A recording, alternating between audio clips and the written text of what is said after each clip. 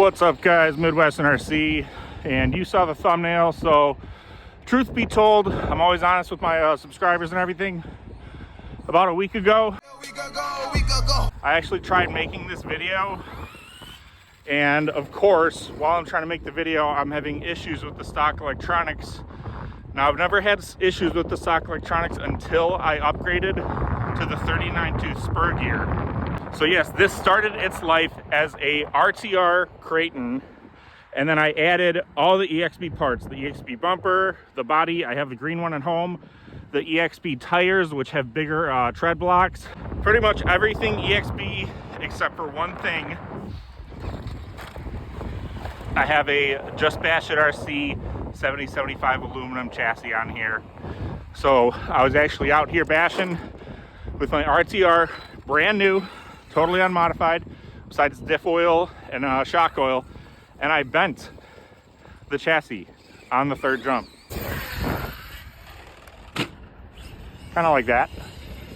Is the stock chassis bend very easily, and oh my lord, I think I bend it. So I could have ran the EXB chassis, but I went with the Just Bash It RC. It's an awesome chassis. So far so good. So let's see if I have any issues with the electronics today. All right, no one's coming. We're gonna do bigger send.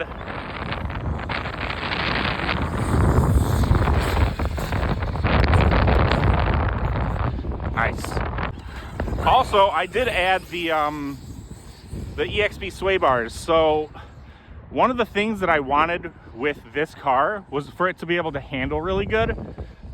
Now, I know a lot of people either take off the sway bars, but I mean, look at how this thing just shreds. I mean, I'm going like half throttle, there's full throttle, and it's just handling it. So now, why is handling important to me in a basher? Because I don't always want to just go out and jump the living crap out of these things. Sometimes I actually just want to like drive around and work on my like driving skills. I do like to race go-karts. We have a K1 Speed, if you've never heard of them, by me. I drag race my Honda Accord. I used to road race my 2000 Civic Si, and I have a racing simulator as well, and I play Forza on it. Forza Horizon 5, Forza 6.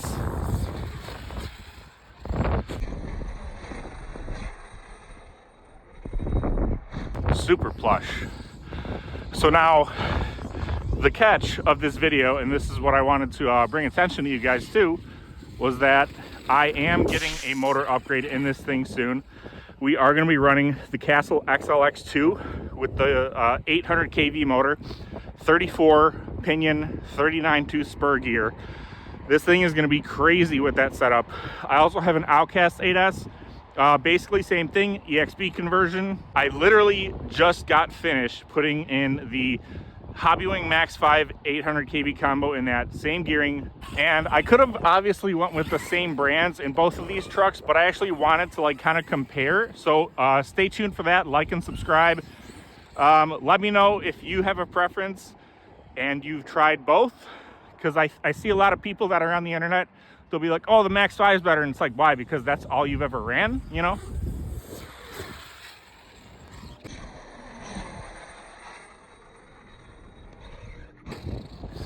The stock electronics though, man, I mean, this thing is a beast. Straight ripper. There were some of the cogging issues actually. So yeah, I think if Arrma does an EXB RTR, which this is basically it, besides the fact that it has a bigger chassis, we'll do a backflip. How about that?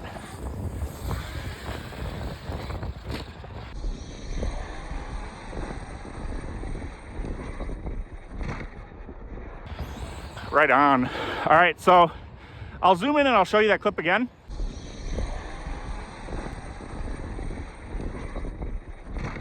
So this is another thing, and it's going to be controversial, about why I actually really like the RTR setup. Now, the DX3 has the AVC. The transmitter is an AVC transmitter. That means, correct me if I'm wrong, active vehicle control. So I'll kind of simulate that. Watch this.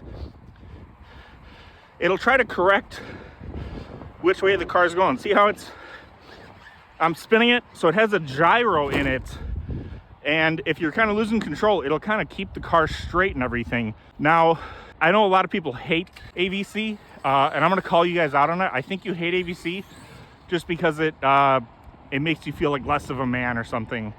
I don't know. Honestly, a car this big having AVC is something so nice because it's actually prevented so many accidents and wrecks.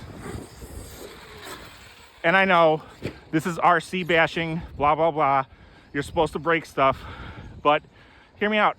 You go out with your RC car, and if you have something in place that could prevent a break, and then you can keep enjoying the RC car and save yourself money, then why not do it? The AVC is adjustable. I have mine set about 2/3 of the way. If I had it, so I'll set it to the lowest setting. Here's the lowest. Pick the car up. See how it doesn't really do it? Let's set it to the strongest setting. Now this came with the RTR. The EXB, you have to add your own electronics. Usually I don't see people go with this setup. Usually they have like a DX5C and they put like an SR215 or SR315 in there. You don't have those features when you have this with the AVC transmitter. This is AVC turned all the way up. How AVC works, again, there's a gyroscope in the receiver, and it tries to correct via steering and throttle. So literally right there, it was happening.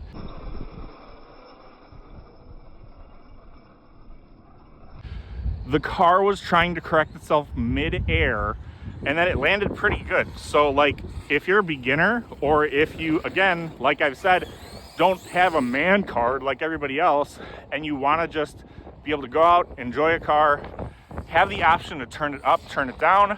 That's why I think if Arrma comes out with an EXB RTR Kraton and Outcast with the stock electronics, and I'm going to say the 23 tooth spur gear, or one of the 23 tooth pinion gear and the 47 tooth spur gear, I think it's going to be an awesome machine. It's got a nice long jump.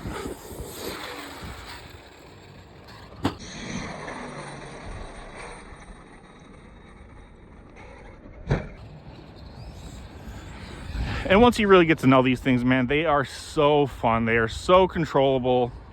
Full disclosure, if a Traxxas person's watching this, or if someone that's on the fence about Arrma is watching this, take a look at this. This is literally my 8S Arrma spare parts bin. So again, I had the RTR, and then I actually bought, when they were on sale for like $390, I bought an EXB roller so I could strip it for parts. Because I sat there on Jenny's RC and I priced everything out, and it literally made more sense financially to buy just a roller and then take apart everything myself. So yeah, I have tons of spares of arms for these things. I feel like the arms get the worst rep in terms of like braking. You can get the RPM arms, but from everything I've seen on the internet, what you should do with that is you should get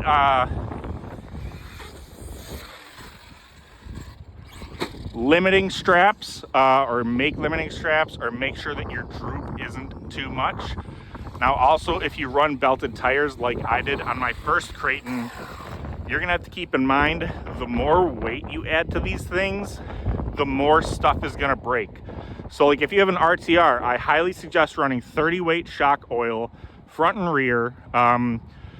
Everybody that I've known that has done that, they don't bend the stock shock shafts. Now these are the EXB ones, so the shaft itself is a millimeter thicker, and then the rod ends are definitely beefier as well, which is really nice. And I have not had a single issue with the shock. Hopefully I didn't just jinx myself. I have broken the rear links, even the EXB ones. Vidavon, a very expensive company. Vidavon makes pretty much everything for this truck. I mean, I've seen people on the Facebook groups, man. I've seen them literally put like, $2,000–$3,000 into one of these vehicles, and guess what? Things still break.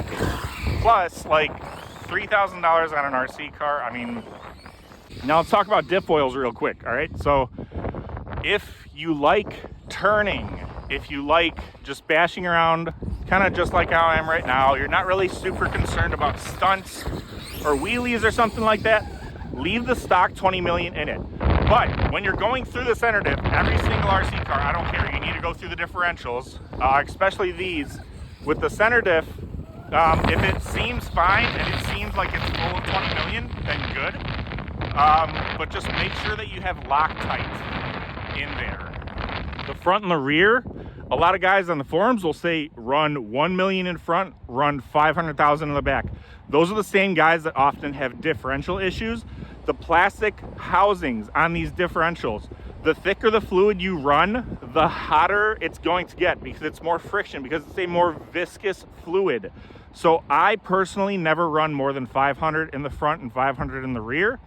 If you like handling, if you like being able to just go around and have this thing carve, thicker in the front, a little thinner in the rear, or the same in the rear. So on this truck, I have 250,000 up front, 250,000 in the back.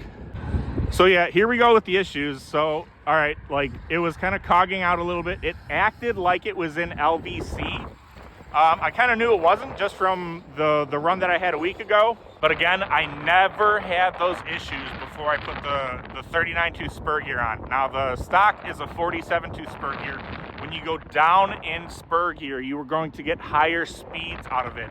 It is going to pull more amperage from the batteries and from the ESC, which I think it kind of just like ends up overloading it. In the meantime, the batteries that I run are these right here when I'm specifically jumping it and bashing it.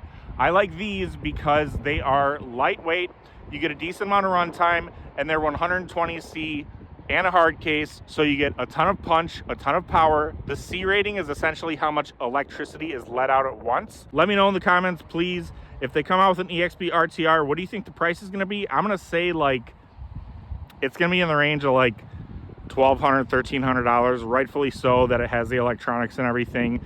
A lot of people are like, oh, they should just come out with a roller, blah, blah, blah, blah. I was watching a live stream, I'm not gonna name any names, but it was one person that's into industry, and they were basically admitting that like a lot of people don't like the idea of a roller. Like they want an RTR with all the nice stuff. Midwestern RC out.